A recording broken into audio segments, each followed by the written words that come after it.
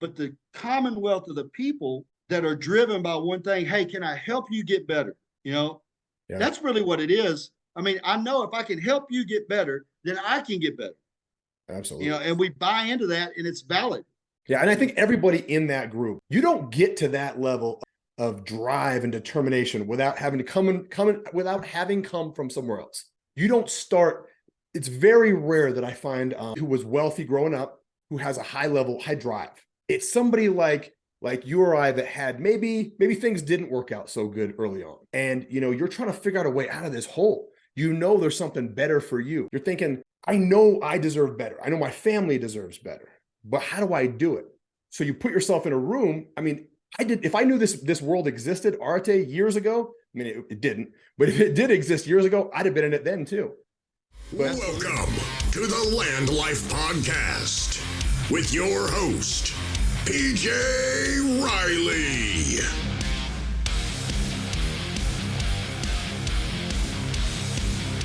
What's going on, guys? Welcome to the LandLife podcast. My name is PJ Riley. Guys, if you're getting value from this podcast, make sure you like, subscribe, leave 5 stars.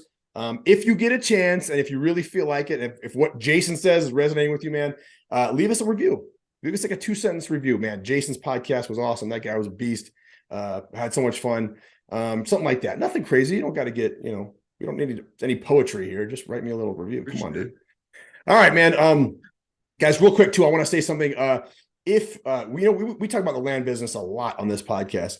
If you're interested in the land business, but you're thinking, you know what, I got a full-time job, I got too much going on, too much on my plate, but I still want to kind of be a part of it, shoot me a message, and I'll kind of explain to you how you can be a part of that without having to do the day-to-day work. So, guys, today we got a big guest, and when I mean big, I mean this dude's big. He makes me look small. So I stood next to this guy. Was it last week? We were at Top Golf in St. Louis, and dude, he's a beast, man. This guy he looks like we could be about the same size on this picture, but when he stands up, he's got me by at least, I don't know, 4 inches, 5 inches, something like that, and like 30 pounds. He's all muscle too. No, he's a beast. Look at that, Jesus, and way more tattoos than me. So, all right, Jason Scott Davis, member of Arte. We kind of met through Arte. It's like our networking group that we're both part of. He's got a really kick-ass story, and yeah. So I mean, there's so many things too. What really struck me is when I saw your bio was, I don't know if I want to laugh or just or like it just shocks you. I mean, 75 court appearances, 78 years of sentencing. I mean, that's like this. That's like your stats. But man, but then now I talk to you and you're talking $8 million in real estate in a fund or in a trust. I'm like, good God, this guy's he's a beast. You're all over the place. So Jason, tell us about you. Bring us. How about this? Take us back, catch us up to speed on where we're at now. So I'm sitting in this car, and I got this big bag of dope, and it's got 84 grams in it. And one of the little packages falls on the floor. About the time I pay this guy, and his cop pulls up, and he says, "Who's driving that car?" Well, I didn't know it. They were down there. We was down there developing this house, the Airbnb I showed you, and the car was stolen. And so the guy walks over and puts the handcuffs on the guy that says, "Hey, that's my car," and he don't have an extra set of cuffs. And so when I passed him, he had his gun, and I kept on going. And that was the last bit of trouble. That wasn't the major stepping stone, but that was I got arrested. I got busted 4 times in 5 weeks, and that wasn't enough. And so we went to prison the second time, and we come back to Hot Springs, and then we went into doing what we do with the restaurant. I nosedived that, but a lot of people know me as Jason with a felony. I speak about going to prison. I speak about getting over drugs, and I do some motivational type work within the community, as well as haul dirt and run excavation machines and develop things. Yeah, and Fluent English, what is that? It's like your brand. Fluent English is my brand. That's what when we didn't know what we was doing. When I got sober, I've been sober less than 2 years. I was 320 pounds, May of 21, and now I'm 240 something. And we didn't know what we was going to do, but my mom had a zero turn. And so, I was smart enough to buy this machine. I had a machine, and of course we went through the truck issues and all that. And then we went to work, and we'd call these people, hey, you want me to cut your grass? And they were like, it's such a blessing that you speak English. And I said, well, and so it kind of just stuck with me on all my advertisement. I just put Fluent English. So, you get phone number, Fluent English. And it kind of, people would call and it resonate with them. And so we just went with it. Then we trademarked it.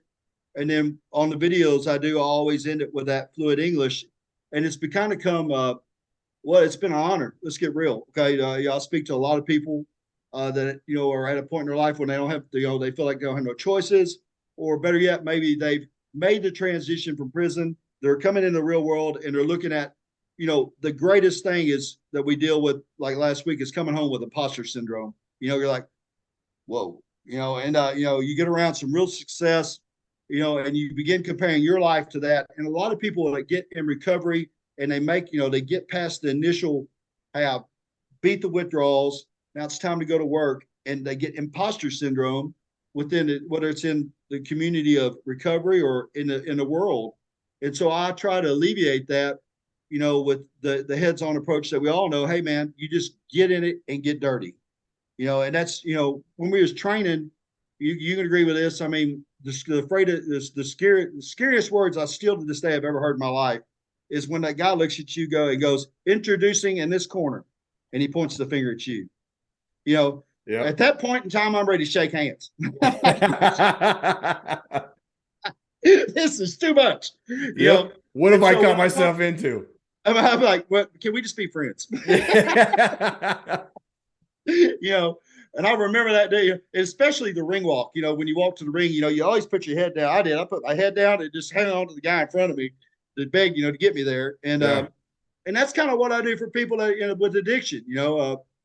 It's everyone. I'm sure it's touched it. It's probably touched. I hope it hasn't, but it's probably touched someone in your family, somewhere in the line. And that's the problem we're running into with the current state of America is my uncle's kid or my cousin or even my son or daughter. Well, he's got a drug problem, and what I do, and so it's a sad state of affairs. And often we find that, when, especially in affluent families or families that are blue collar, the people I love to speak to, the hardworking Americans around this world, the veterans, the people that don't mind sweating and getting ticks, they help those people, and that's the natural deal. I want to, if subject A is my son, he's struggling with addiction. My deal is I want to help him. And in a mindset of addiction with people, they're great manipulators. And often we find, sadly, that they love them to death, and we got to break them with codependency. Yeah. Okay. So let's say I am a parent or an uncle or of somebody involved or that's using heroin, fentanyl. I mean, there's so much going on right now. And I don't think anybody, and nobody I know doesn't have somebody in their family or a close friend who has somebody in their family who's not involved in drugs, right? You know somebody, maybe it's a cousin, maybe it's an uncle, whatever, but it's out of control right now. What I will tell you from personal experience, it is difficult to talk to somebody like that because you have this previous relationship where they were a child, maybe, right? And you remember them as like maybe your nephew, and they were a cool kid. You used to hang out with the kid. Now they look different. They kind of act different. They kind of seem like, maybe they're a little nervous, a little hesitant to talk to you. How do you talk to somebody like that? How do you break that that ice? I think the engagement kind of deal of, hey, I don't know what you call it when they get together and they have the meeting is a good thing. I think you need to get together as a family, stand strong, sit them in the middle of the room and tell them, here's your options. And when you get at that level where, hey, this is everyone's going to participate and this is the option. Either you're going to get clean or you're going to disappear. And we mean it, because, like I was talking earlier, I genuinely love people, and I genuinely love people I love. And I love, not only am I heavy handed, I'm heavy on the heart too, and so through our core beliefs, even in Arte, we're ingrained to care. We want to care and we don't want to see nobody suffer.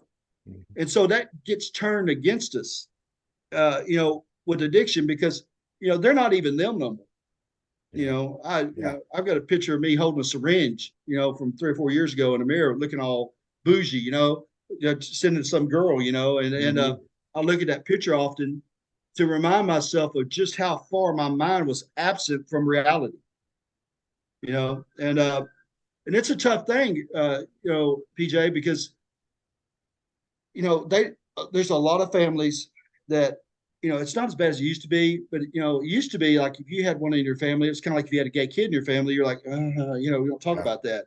And now it's gotten more like we were talking about it because we've been forced to talk about it.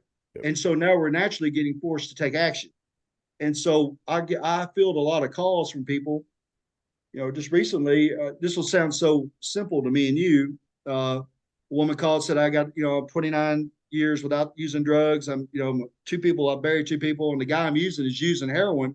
Do I leave him? What do you mean? You leave him.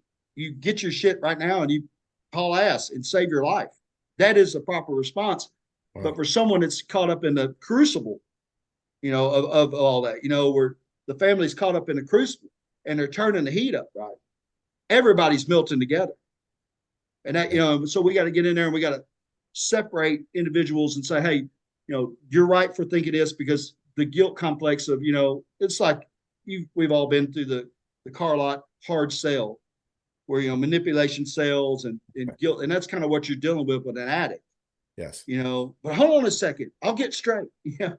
Oh yeah. And then the next week, the same thing. And then the next week, the same thing. I just talked to my manager. We're going to, It's all going to, yeah, right. I can work it. I can do it. I know I can this time. Yeah. And so we find ourselves played on the ropes, and the problem is now the landscape, I manufactured my own drugs for years, with methamphetamines, and, it was a bad scene, and let's get real. But it wasn't as bad as it is today when we introduced, fentanyl. And the problem with fentanyl is that, I've shot fentanyl. I've done all, I'm not trying to brag or boast, but let's get to the reality, of who I am, so everybody can get a clear picture. It doesn't affect me the way it may affect your stepson or your cousin. So we don't know if that one little bit will send him into cardiac arrest. Because I've seen people that are hardcore junkies on one substance smoke one hit of fentanyl and code right there in front of me. Yeah. And then you got this lack of manhood or lack of humanity that when that happens, they leave them laying on the floor and they haul ass. Yep. And that right there, rather than, I'm not so fair to say that we shouldn't punish drug crimes. I'm not saying that. But those people there deserve a stiffer punishment than the guy selling the dope. If you leave somebody laying on the ground dying, that's bad. That's bad juju. Yeah, absolutely. I think they're concerned for themselves too. They think that if they were to bring someone to the hospital, or if they were to call 911, right, they probably got warrants too, right? They probably have something going on with their lives. So they're thinking, I'm just gonna walk away. I'm sure they'll be fine. Right. This happens all the time. Right. And we've become such a fabricated society, especially with our younger people, that, the idea of maybe having to, trade licks with somebody to see somebody get better. The idea that, hey, I may have to answer a question or possibly might get detained versus saving someone's life. Well, in the Marine Corps, they train you to jump on the grenade to save the team, and I believe as the American people, we need to employ we need to get back to that. Absolutely. I think that's what's going to save us. And I'm a real big, let's get real. I'm a real big believer in suffering. I'm like, I'm right there. I'm not a Goggins level dude, but the mentality is the same that, hey, if you suffer enough, you will change. Yeah. And so when we cut them loose, for me, that was what it was. In this house we're sitting in right now, we had an incident, domestic event. I'm not proud of it. It was a bad deal. I had a kilo of dope. That's more than me and you could eat without living. It was a bad deal. 3 days on it. It happens. I run off out here and I'm in the woods for 5 days with the ticks and the heat. And we live on a very nice place. And my mom, I'd come to the door at nighttime, and she'd say, you can't come in. And, cause she'd come to see me. We had ratings about the nachos in prison at each unit, who had the best nachos. That's how many visits we had, you know what I mean? And so she would come see me all the time. And, when she cut me off and she said, it's on you, and wouldn't come see me at prison, hell, I got right. It was amazing. It was exactly what I was looking for. And so if you're that parent that is struggling with a child that's been, has recidivism in prison or with dope or whatever, and you haven't employed that tactic, hey man, here's your time. It's the solution. Yeah. Okay. So what about now? You're really big into fitness, right? So you were a fighter. You're a competitive fighter, like you said, in the ring, looking across the ring at another guy. You didn't just work out at the local gym. You really took it pretty far. How big has fitness played a role in your being recovering and just changing your life in general too? Because recovering is one thing, but now you ran full speed into business, social media. You're doing a lot of things right now. How were you able to transition so fast, and what part did fitness play in that? It's a funny thing because when I come home from prison, I've been in prison twice, and so when I come home for the first time, I come home at 195 pounds. I look like a Greek god.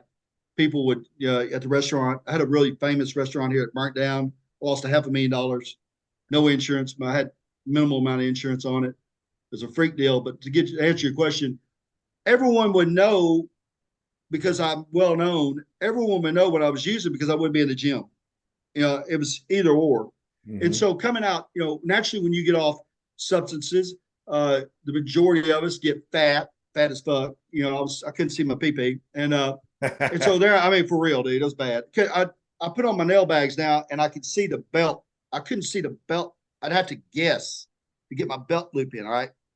And so going into fitness was a natural solution, and you'll see this with a lot of addicts, ex-addicts. I don't know how you want to phrase that. People that have problems, they'll pour themselves into something else. And that's the big, for people that have not had a substance abuse problem, they look at that and they look at that model and they think that's, it's kind of, but it really makes sense to me because, the term hustle comes from the dope game. Okay. And so when you apply the hustle of the dope game to the hustling game of life, we get this extraordinary event that happens. You got all this energy and most people, it takes time, it don't take a lot of time, but it takes time. It takes 18 months to really, it took me a year to remember I wore cologne. It took me a year to figure out, hey man, you might want to put on some deodorant. I've been sober a year, and one day just, because I had been caught up in my own little world about what I was doing. And I knew I wasn't, I did the meetings for a year. I did what was required. I got a great sponsor. I still have a drink. Hallelujah. It doesn't bother me because I had my ass kicked, and like I was telling you, Dominique Gwynn was the last time I boxed. I sparred, but, we fought in the streets, and we did all right. I was stabbed one time. So I get packs night, Dominique. I got to go to the hospital, and so, but he after I got in the ring with a real boxer, and he beat the brakes off of me. I decided my amateur career was over. I just worked out all the time. I was their main fight prep, But fitness plays a huge role in it. It's a positive influence. It gives you something to be credible for and accountable for, and it puts you around the right people. We know the model says this, that if the man's in shape, most likely his business is in shape. Yeah. Absolutely. And his mind's in shape. His mind's in shape. Body and his mind is in shape. Right. Mm-hmm. Yeah, absolutely. So you're able to do a lot more when your body and your mind are kind of working together, right? You're thinking a little more positively. You're not thinking more going back into drugs. And just a real quick heads up that Dominique Gwynn is a very high level boxer. So if you were training with that dude, I mean, he's what, top 5? He was top 5. He was. He fought HBO twice for a heavyweight championship, and we fought a lot in the streets. And we go on about that, but he grew up here. But the coach McCoy, who passed away. There's been a lot of talent come out of this area, including who I started with. I was a late bloomer. I started with a guy named Lafayette Lawson, who was the world champion kickboxer.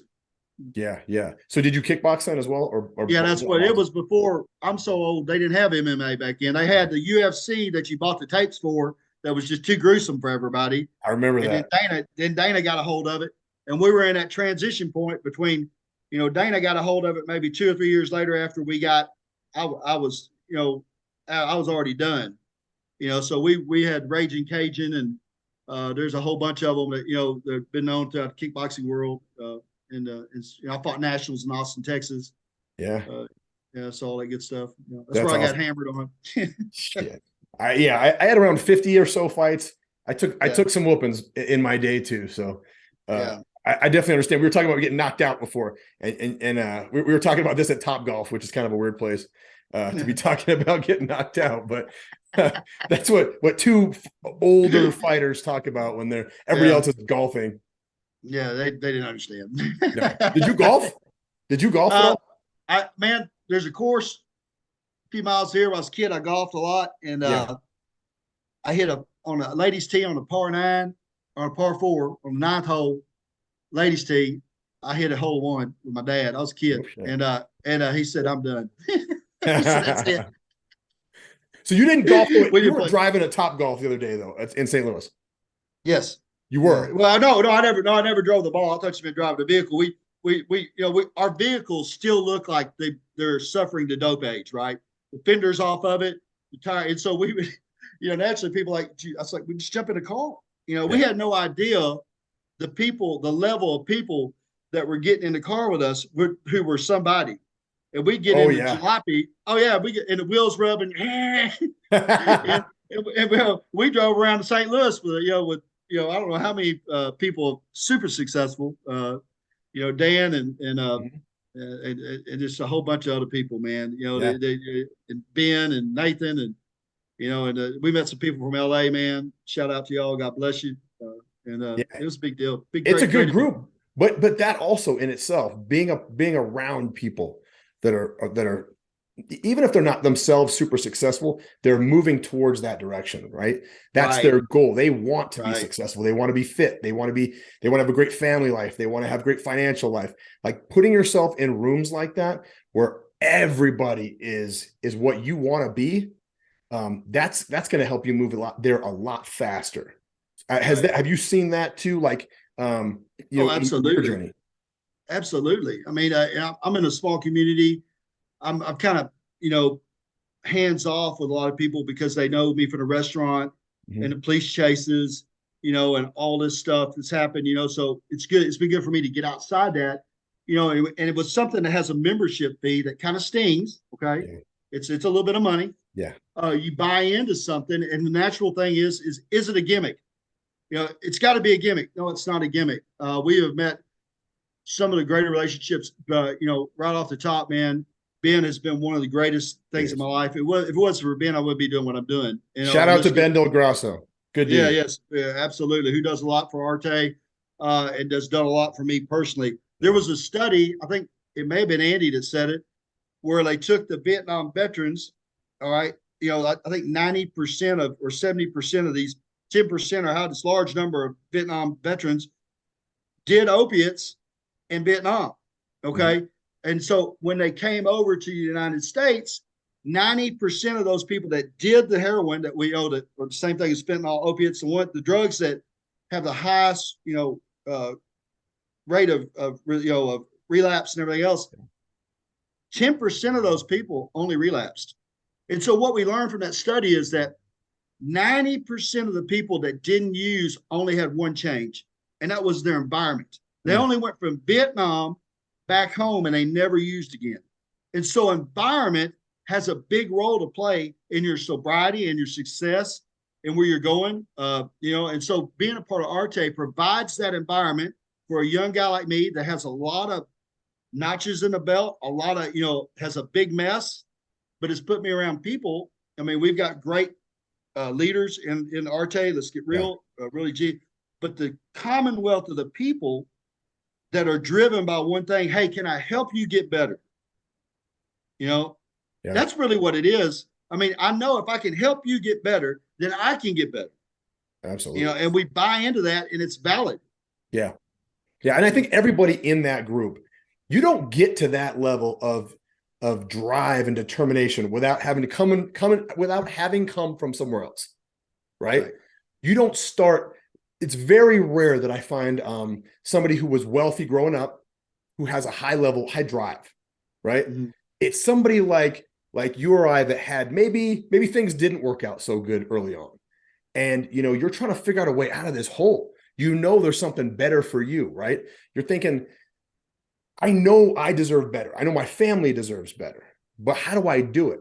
So you put yourself in a room. I mean, if I knew this world existed, Arte, years ago, I mean, it didn't, but if it did exist years ago, I'd have been in it then too. But absolutely. You're just looking, you're constantly searching. You're like, all right, dude, I fucked up. I have no money. I have a shit job. Life is not going as well as I could have swore it was going to when I was younger. And how do I fix this? You put yourself in a room full of dudes like that, men and women like that, you're gonna change, right? They are all doing the same thing. We're all building towards something bigger. And it's really special because how about this too? Coming from a town like Hot Springs, not a huge city, right? You're not going to be able to walk down to the grocery store and find 10 guys that are like, what's your 5-year plan? They're not going to be like, did you get your macros in today? Right. They're not going to say that to you. You go to the whatever, wherever you go in Hot Springs, the mall or whatever, there's not a bunch of people that are focused. They're ripped. They got a smoking hot girlfriend or wife. And their drive, they're thinking about what they're going to do. Their next move is right. So to have a group like this, I mean, it is life-changing. It's absolutely life-changing. One question though, for you, we're not at the Arte event right now. There's not 100 guys surrounding us. How are you maintaining the same level of drive and determination like now as you had this past weekend when we were hanging out with a shit ton of 8-figure, multi-millionaire guys telling us how they made it? The greatest compliment I've heard about Arte was that picture that you're in, and that woman posted, and she said, "That is a group of beautiful people." That's what she said. That's right. I saw that. And everyone commented and said, "That's right." And I'm not saying that we're the most beautiful people, but I'll tell you this: that there's no pussies in there. Absolutely. Everybody, I actually was the guy that had gravy. I had it made. I sold the restaurant $1.1 million. I got everything, and I couldn't get it together. Mm-hmm. All right, and so I was spoiled, soft, lazy, weak, and then got my head kicked in. And so I remember those days. But coming out of the Arte convention this weekend, real big high. Ben says this word to me. He says, "Don't get imposter syndrome." He's been talking about it a lot. I got it. We've had a big conversation. So I rely on my connections. You've already been on the phone with Nathan, Ben, and Oliver, and it's a different kind of conversation because it's not crying, because there's a level of respect that where, hey, you can tell me what I need. I want you to tell me what I need to hear. Please tell me what I need to hear, because I need to hear it. And so I'm really locked in here. I've kind of, with the social media thing and all that, it's kind of maybe pushed me a little farther out of the envelope of my hometown than I already was. Yeah. People have this ideal, and I'm just still a normal dude, I'm just, I still fight the urge to eat that peanut butter in the middle of the night every day, but I hang on to it's really easy. I'm experiencing success. Believe me, I'm treading water business wise. I'm right there with everybody else. Yeah. But we load ourselves with such good stuff, all the time. And there is an expectation, and better yet, a demand that, hey, I don't care what happens. You don't quit, And so with this group, I mean, if you quit, you better be going, you better be sinking underwater. Yes. And so I hold myself to that level. It's not always easy. It's not always the right, when I walked away from that event, I instantly went to a macro counter. I instantly said, hey, you have been playing soft with what you're doing. It is time to bring it, and then signed up with Zach for his show, myself in front of more people, within my little, what we do, podcasting, with Babcock with the Alpha Dog Pound. And, he was at the show too. I don't know if you got the chance to talk to him, dude with a long beard, but he's got a lot going on. And so we're going to go to that. And so we've tailored what little vacations we can afford. We've made them destinations so we can improve. Absolutely. And that is key too. Going to those types of things as much as you can and finding the right ones. You're not going to you don't go to the ones where, they kind of give you a rah-rah speech. Hey, in the back, you can sign up for our $50,000 program. No. You know, it's not those. It's if you're watching this and that's what you're thinking, it ain't that at all. These are people who are paying their way to these things. You know, you pay your money. I don't know what we pay, like $500 a ticket or 200 bucks a ticket, somewhere in there. Not crazy, but you go. It stung. It stings. Oh yeah, it ain't free. It ain't free. And RTA is not a free group. And I'm not just pitching RTA. I'm pitching the idea, the mentality the group has put together, right? The philosophies and the mentality that this particular group of people has put together. That's what I'm selling. So, and you know, it's interesting too what you're saying about the internal drive. When we leave an event like that, it's not necessarily like, okay, let's go back to doing what we're doing, right? It's right. Hey, what did that guy tell me? You know, what did Jason tell me about what he was doing? I was like, I'm gonna fucking, I bet I could up my game a little bit, kind of be like him. You know, what did Ben tell me over here? I bet I could up my game a little bit and do what he's doing. We don't just sit still, right? We're always thinking. My wife told me the other day, actually on the way to Arte, she's like, there's something about you, you know, you're always moving like forward. You're always thinking about getting better, even if you're failing miserably. Right. Absolutely. Even if whatever you're doing is failing, it's not going well. You know, you're fucking. That's when it's the best. That is when it's the best. When you are like, it's hard to breathe. Yeah. You know, it is on you, you know, and you decide to say, hey, I'm going to get better. Absolutely. That moment there gives me chill bumps. That's the moment. I want to get out there now. It's like a fighting mentality. It's that fighting mentality, right? You said yourself, you look across the ring, they say in this corner, Jason Scott Davis, right? Yeah. You're scared shitless. I don't give a fuck. Absolutely. I don't care who you are. I've been in gyms and the ring with super high level UFC main event fighters. Kind of a lot. Every one of them says the same thing, dude. When they get in there, they are scared shitless. But here's what they do. They don't give into that fear. Right? They call that courage. Yeah, absolutely. Absolutely. Yeah. It's not the absence of fear. It's the overcoming of that fear. So you're scared shitless. You're looking at this dude across the ring. You're like, fuck, that guy's bigger than me. He's got way more muscles than me. He looks faster than me. Like, oh shit, I remember watching that video of him kicking that other guy's ass. Like, ah, shit. And that guy beat me. Oh no, this is right. Amen to that. Yeah. You're like, fuck it. What do I got to lose? Right? Let's go in there. Let's keep punching. And that's a metaphor for life. Just keep punching. Don't stop hitting him. If he's hitting you, well, fuck, he was supposed to hit you. That's kind of the point. But you got to keep punching him or just quit. Just give up and go home. And no one wants to quit. We don't do that. No one wants it really, even at the addiction level, at that game, that's probably the strongest, hey, I don't want to quit there is, you know, and you will ride that train to losing everything before you'll quit. Okay. And when so the mentality is how do we take that same energy and we apply it to winning? And it's real simple. We just get them sober and turn them loose. Yeah. And the problem we run into, and I'm sure you know, people that have felonies, because there's a lot of guys in art that have felonies, is how do we get past this stigma with companies, corporations, and government? Hey, once you serve your sentence, you're done. And that's not how it is. It's once you serve your sentence, you're still marginally discounted in life. And we need to reform that. We need to come up with some type of solution to that. Because, if you pay the mortgage on a house, you get the house. Yeah. You pay the car payment, you get the car. But if you pay your debts to society, you don't get freedom. How much of that would you say, as somebody, kind of an expert on the topic, how much would you say is in your head? That stigma, how much is that in your head? A lot of it is in your head. That's why I'm so vocal about it. When I came out with that video and said, hey, I screwed my drug dealer and he was a dude, that was a hard video for me to make. It happened. And it wasn't for showboating. It was because I pushed myself to say something that I knew was going to be just widely ramped on, and so, and because there is a large amount of people that have found themselves jacked up on drugs and did stuff they can't forgive themselves for, let's face it. And you need to know that that's just a temporary moment in your life. That does not define you today. Yeah. And that's where I'm getting at with the felony thing. Hey, I know that I made some mistakes. I'm not a bad guy. but I made some bad mistakes. I never hurt nobody, per se.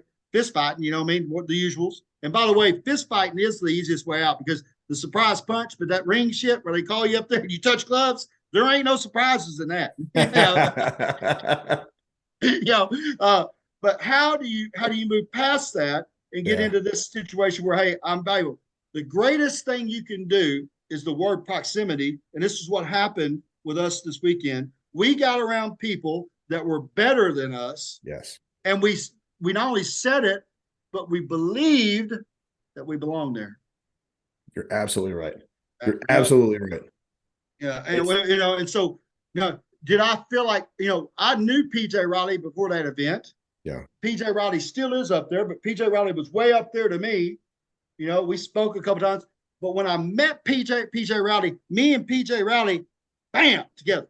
Yeah. And that was all because of proximity. Absolutely. Absolutely. And so, we kind of owe it to ourselves as we gain our success to go back to the people that are not so successful and tell them, hey, man, this is the gig. Yeah. I still pee up. I still pee all night long, just like you do. I still struggle with French fries, just like you do. Yep. But you can do this. And that's where we get this idea of personal development. Absolutely. Yeah. You put yourself in the ring, right? You put yourself in the ring of life, put yourself in the ring of business, physical health, put yourself in a position to succeed. If you're not in the ring, you don't have a chance of winning, right? You're not in it. Right? You miss it. What does Michael Jordan say? You miss 100% of the shots you don't take. Right. If you're not in how many shots he did miss. I think he missed 50% shooter. He missed, so every shot he missed, he made one. Absolutely. And if you weren't in that room, you would still have the same thought process about those specific people, right? Right. They're up here. I'm not there quite yet. But when you got in that room, you put yourself in that room, right? No fear. Fuck it. Let's go. Let's see what they got. You go in the room, you start shooting the shit, start talking to people. I will say you were looking down on most guys because you're a fucking giant man. But other than that, it was no different than meeting a guy at the gym, anywhere you go, right? Hey, how's it going? You're like, they're talking to you like normal people. You're like, holy shit, I thought this guy was like an 9-figure guy. Normal dude. Biggest thing we one of the big moments I had was to meet Angie Manson. I had been on Angie Manson's show. I had seen, Ben got me that show. And so I knew I was going to be Angie Manson. I was like, this is going to be cool. But inside, I had fear. Yeah. When I met Angie Manson, I kissed her on the forehead and told her how good looking she was. The queen of recovery, and we did our thing. It was the greatest thing in the world. And so at that level, when everybody buys into, hey, I'm going to get, it's kind of like getting naked in front of the mirror and staring at yourself. When I get in the ring with everybody becomes the same. Yes. And everybody's the same. And that so fear we goes can away. have the conversation. Mm-hmm. We can that fear's gone. The fear's gone. And so here I am, and I talk about the stuff. Everybody's like, man, I can't believe you say that. Well, someone needs to say it. Yeah. And we all know that, hey, if it's not for you, cool. But if it is, cool. But this is who I am. Who am I authentically in this lifetime? Yeah. And who I am is a mixture of mistakes, and I've made just as many mistakes sober as I did jacked up on drugs. But I didn't give up. Yeah. Yeah. This is firing me up, man. This is firing me up. I love it, dude. This is good. I need to go back to the gym. I think I got to work some of this shit off. We got up. Listen, I caught myself thinking I was soft. I got up at 4. I started, because there's some things. I go back to my training. There's some things that are happening to me externally I cannot control. Naturally, we want to go and panic and worry about it. You can't. You just go back to what you can control. Go back to the diet. Hey, I'm getting up at 4 o'clock in the morning. I'm going to drink this water. I'm going to hit these weights. Got in an argument at the gym. Oh, well, hell, we're going to go to work. Cussing each other on the way through the yard. My drill in my hand. Hey, I love you. All that stuff. Still going to stay with what I can control. What, my work, my water, my diet, my faith, those things that are concrete, and let the rest of the stuff go. Yeah. And you'll see that with people that are not engineered into, hey, let's get real. We probably don't know really what our destination is. We got an idea of where we want to go, but there's a large percentage of Americans, especially young men, that have no clue what door they even want to open. Absolutely. And so, hey, man, it doesn't matter. You just open a door. Yes. Let's just get to that. Yeah. And that is a controllable move for most people. And for the recovery halls and families suffering for dope, the what ifs are way more than the reality is. Hey, we just need you to push them through the door. Right. Yeah. Yeah, absolutely. I think with social media too, like, as far as what door to go through, these kids today, especially these guys, they have so many doors showing up in their face, right. And they're convinced all of that you need to have a Lamborghini and a Ferrari and live in a mansion and all these things. And if you don't get that, you failed. Right. And I think that's definitely a stigma or something that young people are dealing with right now because of that constant in your face. When you scroll through TikTok, I mean, if you get on like a certain algorithm, let's say you want to look at nice houses and mansions and Lamborghinis, right? That's all you're going to fucking see. And you're going to be seeing guys your age driving a Lamborghini and living in one of these fucking mansions. And if you don't get that, you're like, well, what the hell do I do? So I guess what would you say to somebody, a young guy like that, that's like, I don't know where to fucking go. I get it. Find a door and hit it. But like, what type of door should these guys be looking for? You need to open the door that is authentic to you. The one that, hey, this is who I am. This is what I'm going to be. This is what I'm about. Let's keep the dollars. Look, businesses are geared and are only measured by results. Okay. We get that. Okay. But your individual value and what you have to offer, which is greater than your business, because that's what's making your business. People buy products because they're good products, but I promise you on a local level, people buy products from people that they love. Okay. And who they love is authentic, genuine people that are not afraid to say, hey, this is me. This is what I'm about. This is what I believe in. And this is what I stand for.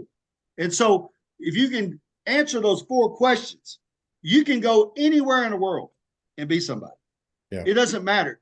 I used to be the guy, hey, look at that dude with that Lamborghini. He looks like a tool, a dick. I used to be that guy. Yeah.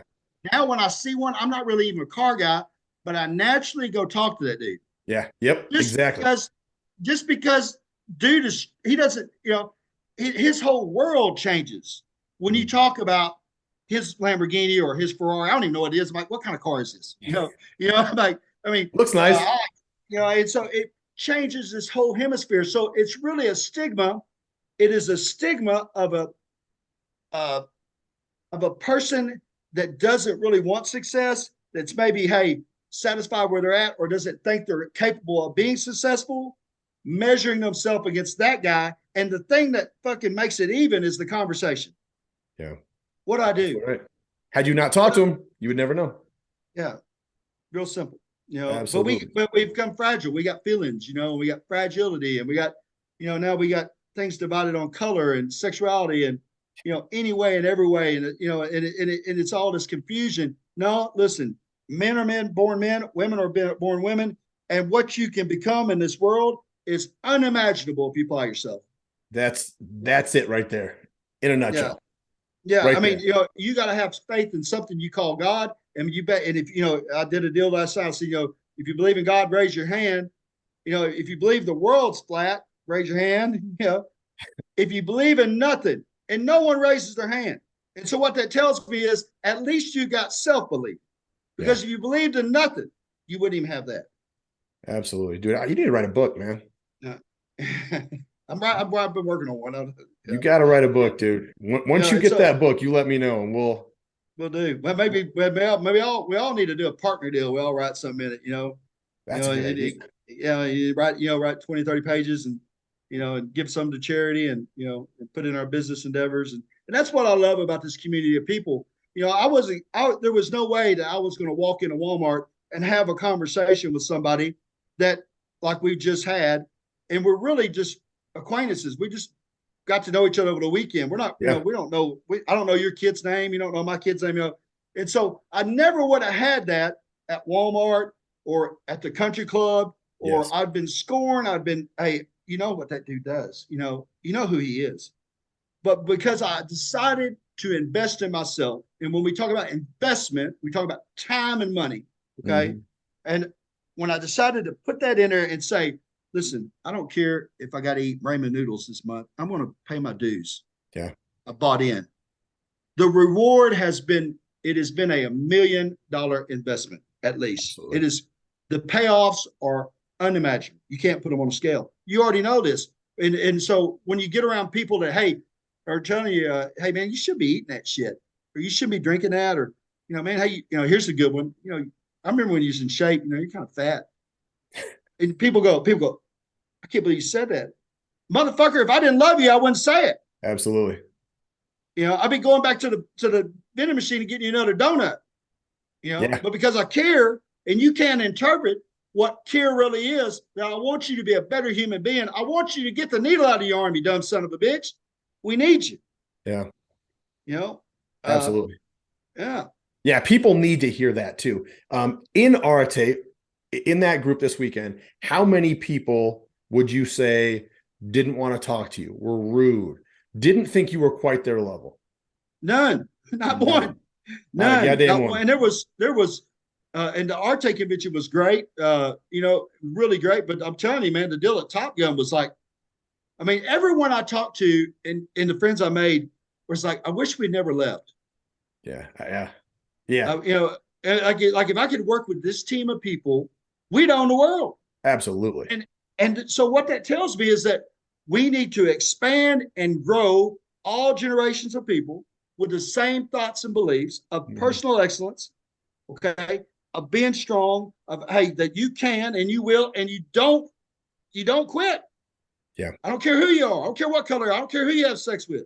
Absolutely. But when you buy into this, we got common agree. We agree on one thing. This is it. And I think if we can do that, and if we could just do that with 10% of the population, could you imagine? It would that'd be be what, 30 million people walking around after our Arte convention. And people are like, well, Andy's getting rich. Who gives a fuck if Andy's getting rich or Ed? That ain't what it's about. It's about how I'm getting enriched. Absolutely. How's PJ getting enriched? Mm-hmm. Yes, you're absolutely right. It has nothing to do with the guy running the show. Don't get me wrong; they motivate the shit out of us, right? They're exciting. They have really good stories. Ed's an amazing storyteller. Andy's a great motivator. They're good dudes. They seem like good dudes anyway. Yeah. But yeah, I mean, what I really got out of it was meeting Jason. Right. I got all these guys and girls that were like, like you said, I thought they were maybe kind of high rollers, big ballers, man. I was like, I don't know about them. I got to meet them. They are the ones who we're going to build each other, and we're going to always be in contact with each other for years to come. Hey, shout out to Dan Schlowski. I don't know if I said it right. That's a dude that said, he said he had my number. We compared chains, he was having a drink, compared chains. But he calls me, he said, what are you doing for dinner? I said, I don't know. I said, where you at? He said, I'm coming out of deal. And we pick him up in the jalopy. And this dude's like, he's done well. He's got all this stuff going on, and he's a personal development guy, and he got, at least, and we would have never had that, opportunity to meet Dan or his son, Daniel, or Martine and we had dinner with the woman, LA's woman of the year. Wow. I mean, I'm like, and she sells brass balls, by the way. Brass balls? I'm serious. I'm ordering my mom some. They're brass balls on a wood plaque. You can. No shit. No shit. I was like, where am I at in the market? But she's cool as hell. I can't recall her name, but great families, man. And that would have never happened. And so how do we do that worldwide when people are struggling financially with inflation? And I think I think it's our individual duty to walk into the fire and say, hey, I'm one of these guys. Yeah. Yeah. And I also think this is the time where more people need us than have ever in at least my lifetime, right? There's so much fear out there. What do they call it? What's the index they use in the stock market? The fear something index. We're on a fear. You know what I mean? Yeah. So we're on a fear. We're obviously not stock guys. No. So we kind of understand what we're talking about here. So anyway, but Right. the fear level is high right now, right? The fear level is super high. Young guys don't know what to do. Young women don't know what to do. People are afraid, and our leadership ain't doing shit to help. They're making it fucking worse every single day. So if you can ignore them, first of all, that's really hard because it's always in your face, right? If you can ignore that, keep around people like us, you know, obviously we can keep around people like us as well. And we're not, let's get real. We're not superhuman. We're not special. Absolutely not. Yeah. It's a day-to-day thought process and a day-to-day lifestyle, right? It's a day-to-day thing. We're not saying we're going to go out and make it, you know, you hang out with me and I'll teach you to make $1 million tomorrow. Right. You know, right? That's not what we're talking about. We're talking about hanging out with guys like you and me that are like, hey, let's go to the gym this morning. We'll start our day at the gym. Okay, we'll start our day at the gym. Okay, now what are we doing? Well, we got to go to work. Okay, oh, really? Okay, so what are we doing there? Now we're going to eat healthy meals all throughout the day. Oh, really? Oh, yeah. And you see all those guys gossiping over there? We're not part of that. We don't do that. No. It's not as big as their ass. It's a very like guys like you that are you and I that are a little bit older, man. That used to be what our grandparents just did. Right? That's what they always did. But we got so far away from that. Guys like you and I, people in groups like we're in, are trying to make that more commonplace. Like that's what Americans do. We wake up, we have a good, healthy life, a good spiritual health, good family relationships. Amen to that. You know, we're building good, strong families versus, you know what? I don't need to be around them anymore. Those kids are kind of a pain in the ass anyway. I'm going to leave them with their mom. I'm going to go move off to, 4 cities away. You know what I mean? We are building communities inside of our own families. And basically it's like it's contagious, right? People see guys like you. They're like, Jesus, dude, how'd you get like this? Like, how can I be like you? But if you weren't doing it yourself, it wouldn't be contagious, right? Nobody would know, I guess, the idea, the mentality that we're bringing. Well, what's important in my story is that it's documented of who I was. You know, you can go to Arkansas Court Connect, type in Jason Scott Davis from Garland County. It'll show you everything I've done, and so there's a benchmark. I'm kind of like, you can't get much lower, and so if I can do it, then I know you can too, and I was the guy that, I was, naked in the bathroom, covered in blood, over and over, jabbing himself. He ran out of veins, all kinds of sick shit that was going on in my life. People wrote me off. My mom had considered buying a life insurance policy on me. It was a bad deal. And it's nothing but the grace of God, by the faith of God, and by the blessing of God that I'm even here. And so I feel like I owe it. It's something that it's like you talk about the mentality. It is always gnawing on me of why am I not getting better? What is wrong? What am I doing wrong? There's little absences, when I'm exhausted, but my day starts with what am I going to do to just get 1 little inch better today? Yeah. And that, we in a world of inches, you got 365 days. That's 365 inches. Yeah. That's a long ways, and people, it's continual. It's a continual. And another thing, we're in attack. I mean, the true American, outside of political party bullshit, the real American, the blue collar American, the guy that has faith, drinks a little beer, he raises his kids, has an opinion, goes to the gym, has any top form of capability of defending himself, is under attack. That's labeled racist, queer bashing, blah, blah, blah, blah, blah, blah, blah, blah, blah, down the road. And that's intentional so that, the society can be made weak. And we've got to stand up against that. We've got to represent ourselves as, hey, we're proud to be this person. This is who we're going to be, and it's at that point now where, hey, it won't be long. It'll be, you're going to have to kill me because I ain't changing. Yeah. And, so instead of getting to that point, let's build this stronger foundation. Right. Now. I mean, but it's not the outlook. I'm not tinfoil hat or not like that, but I mean, it's obvious that I was watching the news, and they said that I'm a big guy on the border. I question a lot of people in our day. What do you feel about the border? Same response. We need to shut that down. That's 90% of all the fentanyl coming in. 90% of Yes. all it's coming right up the gut. When I sold drugs, they all came out of that way. It was, when cartels, whatever, all that way. And so we know that's the source. So why not shut it down? Yeah. And everybody agrees with that. Well, now they introduced legislation where they're trying to introduce legislation that if you identify as LGBTQ, you can't be detained. And so now we've mixed gender with the safety and security of our American citizens and country. Just doesn't make sense. It does. It's putting a horse way in front of the cart. Yeah. Yeah. And one has nothing to do with the other. It's bizarre. It's bizarre and it's intentional. Yeah. Yeah. And I want to point out too, if you are people like us, we don't hate anybody. No. Right. We are, because I think it's easy for certain people to pull you onto that side. Oh, he hates everybody. He's a bad guy. Right. Oh, no. That's wrong. We love everybody. We love Americans, right?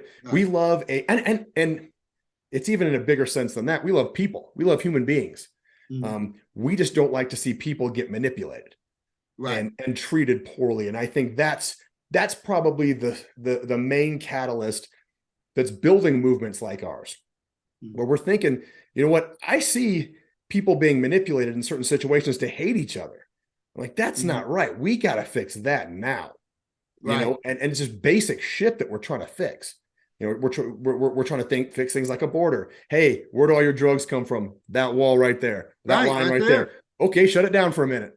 Well, what if this happens? No. Shut it down, and then we'll work on that. Right. We'll fix the problem afterwards. Safety and security first. We're at a negligence of common sense. Yeah. It's like there's no common sense. In the community. In way that I think that both of us and the many other members and many people abroad still believe this. There was a time when if your neighbor had a dispute or a problem, or if Johnny looked high, or if the husband was absent from the house, you would buy a bunt cake and you'd go knock on the door and you'd ask them, "Hey, what's the matter with you?" And now that's not socially acceptable. Yeah. That's not cool. Well, when that went out the door, what that's saying is I no longer care.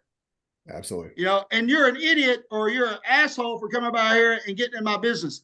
Listen, it's time to make people your business. Absolutely. And say, and hey, what's wrong? I get, people this especially these people talk about haters and mind my business and all these, you don't get it, man. You don't get it, because that was what made us strong, was checking on the fellow man and then having the wherewithal to accept the constructive criticism of another person saying, "Hey, you're sliding here." Yeah. Absolutely. Yep. I see it from the outside. You may not see it from your position, but me as your friend, as your neighbor, as a human being, for God's sakes, can see what's going on. And I'm here to help you. Right. Or give you a word. I mean, I've got a guy, George Farmer. He called me. He says, "I got 6 months." And this is my response, PJ. I said, "In the penitentiary?" I said, "Hell, I can stand on my head for 6 months." He says, "No." He says, "No, to live." Oh, Jesus. And I said, "Damn." And he's had problems, and I'm not able to handle his financial problems, and I'm not able to handle some of his issues. But the one thing I can do is I can accept his phone call and tell him, "Hey, man, don't ever give up." And so he went to the doctor yesterday, and what looked like a bad situation, it's got some hope. It shrunk, and so we've been riding that high. It doesn't cost you nothing to say what's going on. Yeah. But people are afraid of it because they may get socially trampled on by some troll or something, man. Yeah. I've ran my address. There's a video on YouTube. You can check it out where I call them out. I give them my address, my phone number, where I live, and call them and tell them exactly how I feel about them. And anybody can come on by and we can just get in the yard. It runs worldwide. It's on my head. So, and I ain't had no one come by yet. Not yet. You keep posting those videos. You're alive, man. I pray I don't. But we need to get that mentality that, hey, this, for the young man that's listening to this, hey, I'm not saying be cocky. I'm not saying be ostentatious. I'm just saying at some point you got to not bend. Yeah, absolutely. You know, Absolutely. Well, like we said, man, get in that ring. you Go get a talk to ring. your neighbor. That's the ring. Right, Go right. talk to go talk to your spouse about the issue you have. That's your ring. Right. Right. You know, and I found, growing up white, I found, the racial stigmatization. I just think, black people ain't racist to me. Yeah. That comes from me boxing and boxing with black athletes and fighting and, two different cultures is all that is. Yeah. But all Americans, and believe it or not, like the show says, I found that they don't want crime in their neighborhoods. Yep.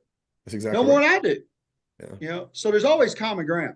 Absolutely. Yeah. But like that too, you bypass the fear that a lot of people would have with going and talking to someone that didn't look like you. Right. Right. A lot of people would be like, I see that TV. I'm like, I'm not going to talk to them. I'm sure they're fine. You know what I mean? Yeah. But you were, no fear there. Just jump in. Hey, what's up? My name's Jason. Hi. It's that fucking simple. It's not like that hard, right? It's not like you didn't have a sermon set up to talk to these guys, right? You didn't all right, here, I can fix your situation, young man.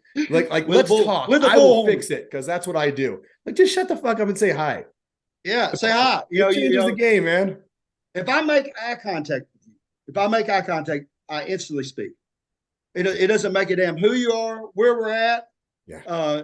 If I make eye contact with you, I speak. And you'd be amazed at the amount of people that make eye contact and won't speak or are afraid of when you speak to them. Yeah. And I'm like, that was, handshakes and eye contact. And, let's get back to the basics in this deal. It's really funny you mentioned that because for 2 days, for a week, I got a big sign, has my construction business on it.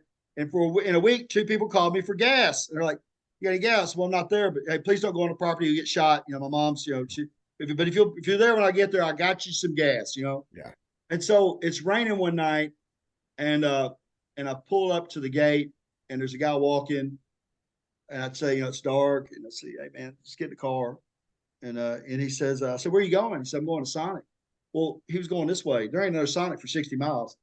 And, and dude he was mentally challenged. He had some mental issues, and so, I instantly thought, what did I get myself into? Because this is going to require some of my time.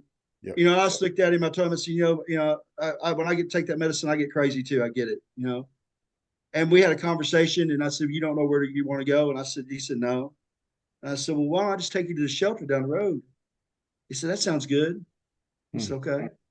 And so I go back into town 20 miles. He said, I like that hat. I said, here. Why don't you take his hat with you? Yeah. And I don't know. That guy had a really cool name. I can't remember. And life had fractured him. He didn't have a full good chance at it, but it was a wonderful thing for me to be a part of, not toot my own horn.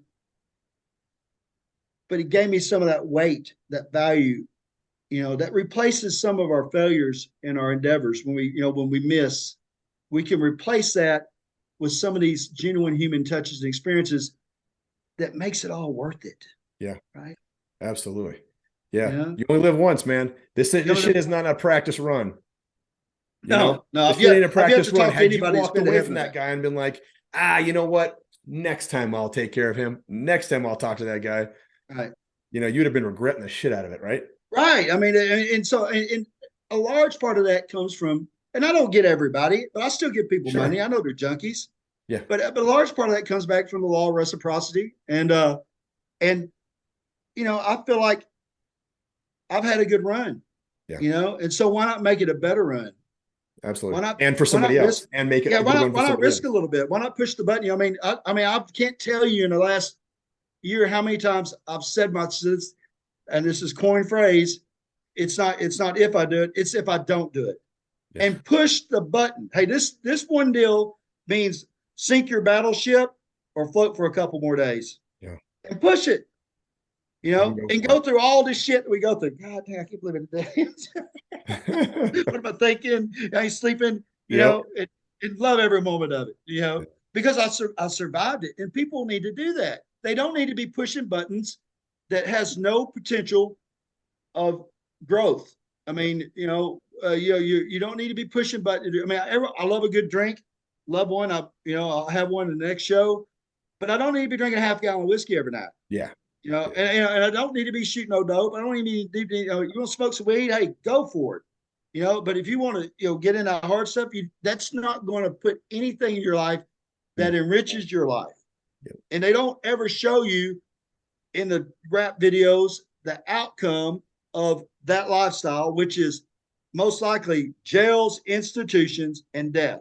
Yep. The song never ends that way. Absolutely. It's always talking about cooking crack, bubbling it up, throwing money. Yeah. That only goes on for a couple of weeks, bro. Yep. When you become famous in that game, bam, they come knocking on your door. Yeah.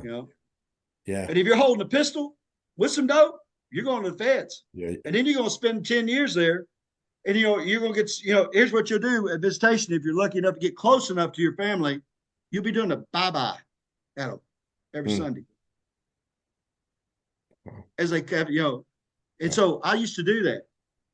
That was my name. My name was, they had given me a name. I had a name. It was 11/72/99. It was tattooed on all my clothes. But my daughter's name for me was Bye-Bye. And so, that's a tough gig too. When you come back, this is one of the things that's really, it's not been a negative. It's been challenging. Coming home as a parent and not being a parent has thrown a big midriff between me and my daughter. And I think I've had to practice what I preach. Hey, it's your world, man. Go out there, get beat up, because I know one of these days she'll say, hey, Dad, I need you. Yeah. But, that was her main hang up when she testified in court, was that, he came home a different man. He wanted to be my dad, and I couldn't handle it. It was tough to swallow, man. But I'll take my day as the potential dad today over any day that I used to be when I was absolutely. I wasn't nobody. Yeah. Just a junkie.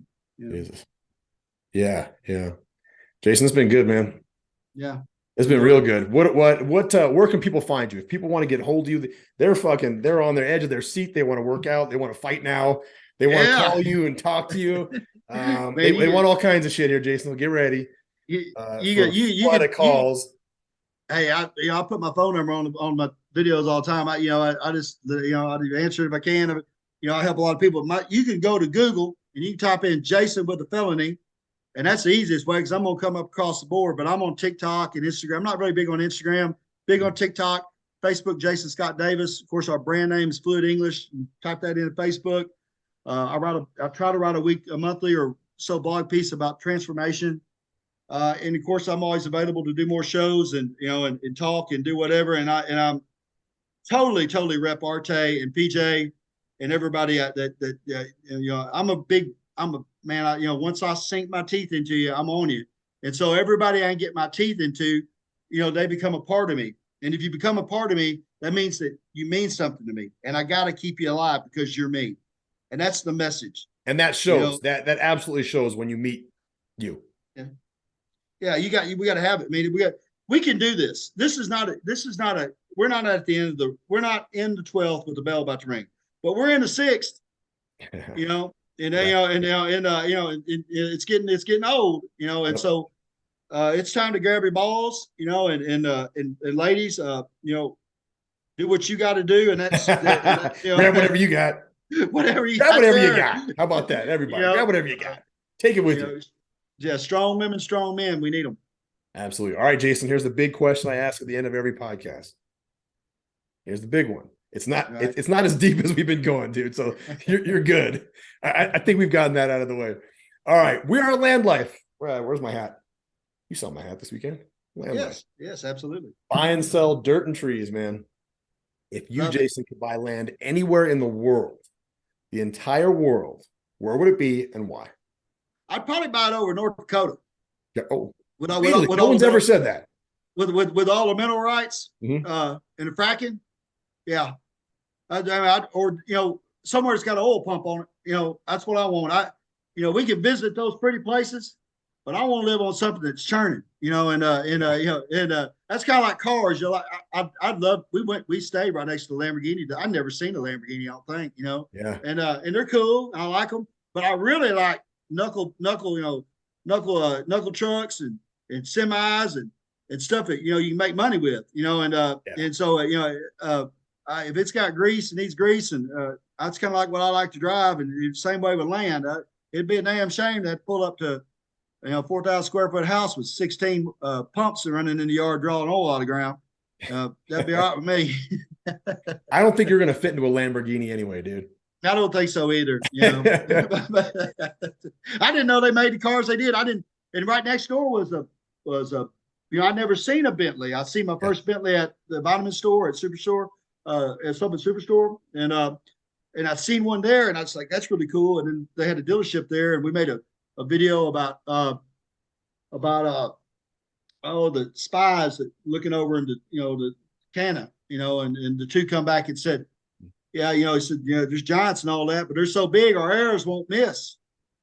And everybody else is going, there's giants over there. He said, well, that's good, because you can't miss them with the arrow. And your life is so big right now, where whether you're at in the stage with it, that if you'll just get an arrow out and aim it, you can hit it. Yeah, you're absolutely right. Right on, Jason. Thank you so much, man. Hey, man, it's been a pleasure. I love you, PJ. I love you too, brother. It's been awesome, best man. of success. Yeah. I feel the exact same way about you, and I can't wait to see you on more podcasts. And I can't wait to see where you go. I think it's gonna be pretty big. You're gonna be on stage next to as a guest speaker. It's a dream, man. But I'll tell you what, I don't ever. And this is one of the things I can say to you, and I know you'll hold it to me. I don't ever want to lose my spot. I always want to be Jason with a felony. I always want to be the guy that eats turnip greens. I always want to be the guy that sat down with the poor people. Yep. That, that I don't ever want my shit stinks. Okay. And that's why I always want to be, I had the big life, I've had the big life, and I did not know how to handle it, and so coming back into this is like my second round of building. I had a big successful business before, a restaurant, was on magazines, blah, blah, blah. And so here we are. And, success is important. But if I'm going to have success, I want to make sure that I am the example of the man that needs to have success. Yeah. That can handle it. I think you got a lot of people to talk to. Yeah. There's a lot of people out there that need to hear this shit. So right on, guys. Till next time, I'll see you on LandLife. The damn fly's been on me all day.